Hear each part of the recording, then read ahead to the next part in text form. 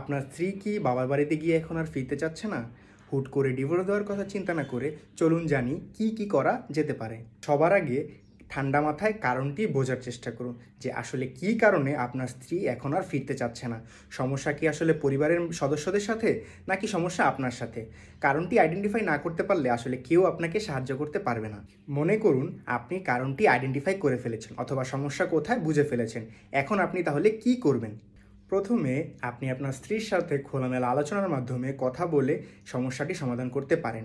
এতে যদি না হয়, আপনারা উভয় পক্ষ পরিবারের সাথে বসে সবার সাথে কথাবার্তা বলে অথবা বিয়ের সময় যে মুরব্বীরা উপস্থিত ছিল তাদের সাথে একসাথে বসে কথাবার্তা বলে সমস্যাটি সমাধান করা যেতে পারে। এরপরেও যদি এই সমস্যার সমাধান না হয়, তখন আপনি আপনার এলাকার চেয়ারম্যানের নিকট যাবেন।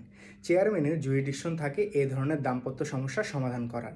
চেয়ারম্যানের একটি ফোরাম থাকে যার মাধ্যমে তারা এগুলো সমাধান করে থাকে।